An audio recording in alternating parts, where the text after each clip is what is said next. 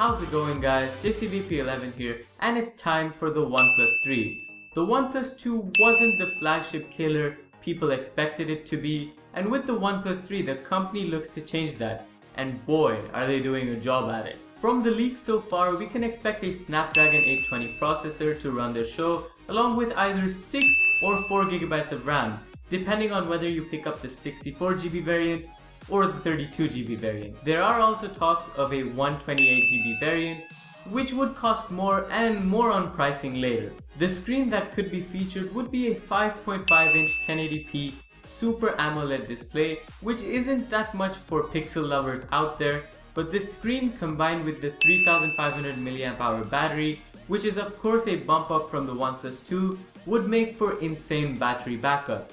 Speaking of hardware, we'll also talk about the camera, which is going to be a 16 megapixel primary camera on the back, capable of 4K video, and an 8 megapixel front-facing camera for taking those selfies. We don't have any evidence of how this camera performs, and we can't really judge from the megapixel count, but there is one picture on the internet which claims to be taken from the OnePlus 3, and I'll have it on screen right now, so let me know what you guys think of this picture in the comment section down below. But with all of these specifications, we're still not done. Of course, the OnePlus 3 will pack an alert slider, as well as a USB-C port, and even a fingerprint scanner.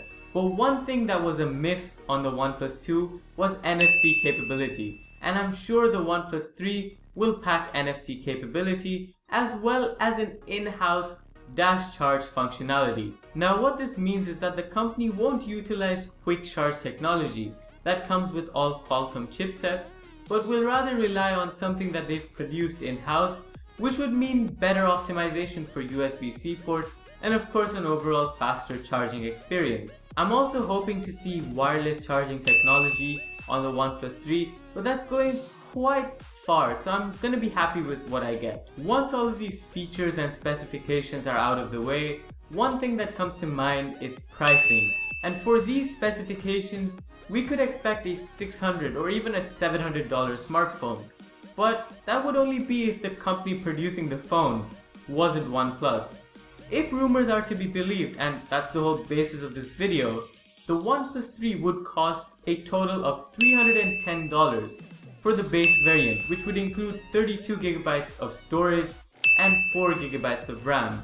Of course, the 6GB of RAM and the 64GB of storage would cost an additional maybe $40 extra, and the 128GB variant, which is also rumored, would cost maybe an additional $20 on top of that.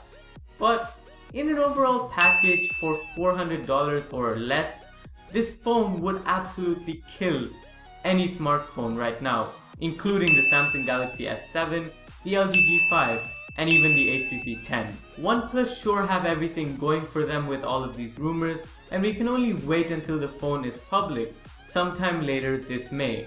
Of course, the event also might be VR streamed like it was last year, and one can wish that they don't have an invite system for the OnePlus 3, because I know the invite system makes it really hard for consumers to get their hands on the phone. Anyways, that's been it for this video. Thank you guys for watching, subscribe for more videos, and I'll see you in the next one. But until then, adios.